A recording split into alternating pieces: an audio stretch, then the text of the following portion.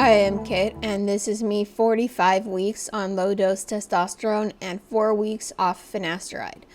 There have still been no changes. I checked my voice, and it is higher. I don't have much more to say about that. We know how I feel about that at this point.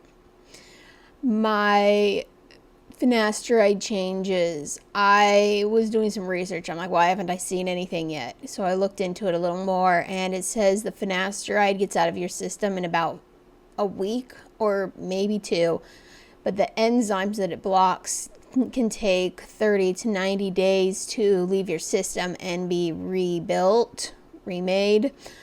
So it shouldn't even be expecting changes until maybe this next week. That's when my 30 days pass, but it could be up to another 2 months.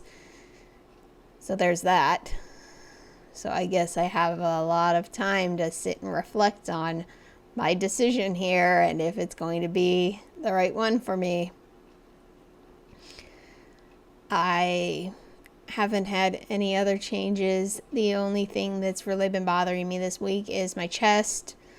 The more I think about having a deep voice and big breasts, it makes me feel uncomfortable that I don't know how people are going to perceive me, that they're going to see this chest, but they're going to hear this deep voice.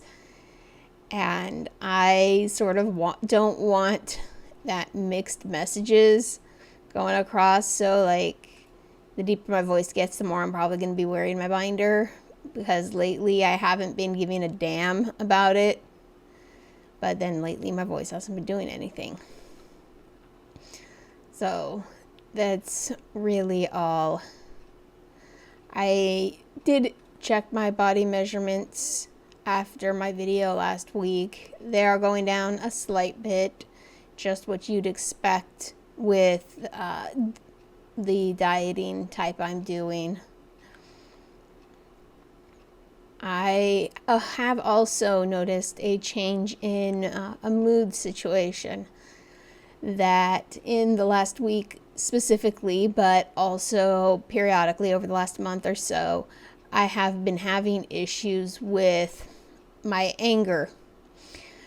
It's something that I've really worked hard on to control, especially in writing. When I get angry at something and I'll write it out and I'll type it out, and then I'll delete it. I got it out of my system and then I'll delete it before I send it and cause issues with whoever I'm anonymous person online that I'm talking with,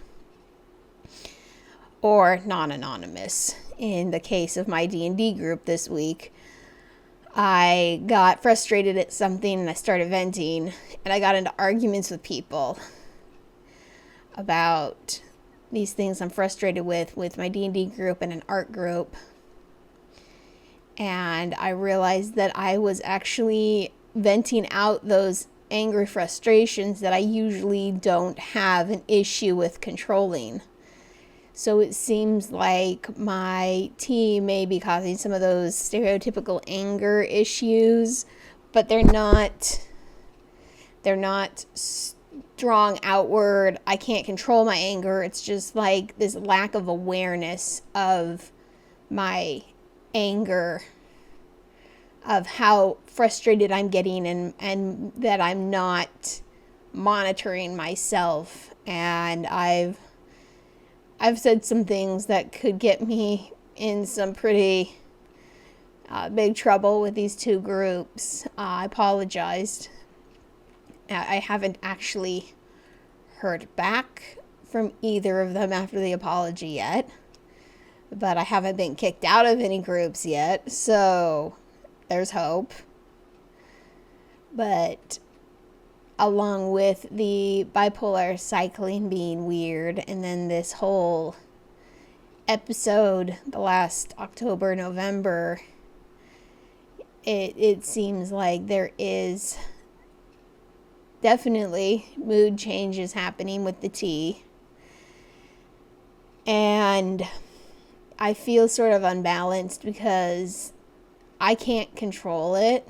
I mean, I can control how I verbalize my frustration, but it took until I did it to realize it was happening. And then I have no control over the fact that it is happening, and these feelings are in a place where I am unaware of them popping out more often. So it's hard to know how to manage my changing emotions and feelings, and how it's changing and what it's going to change. None of it still has impacted my life significantly enough to hinder any of my daily functions or my activities or my ability to, hold down my life. But so because of that, I'm not thinking about going off the T, but it is something that we knew might happen, and it is something I have to keep an eye on.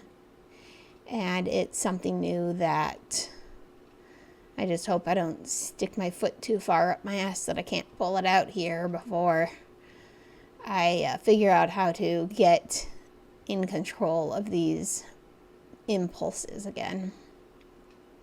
So that was a bit of a ramble. So I will see you next week.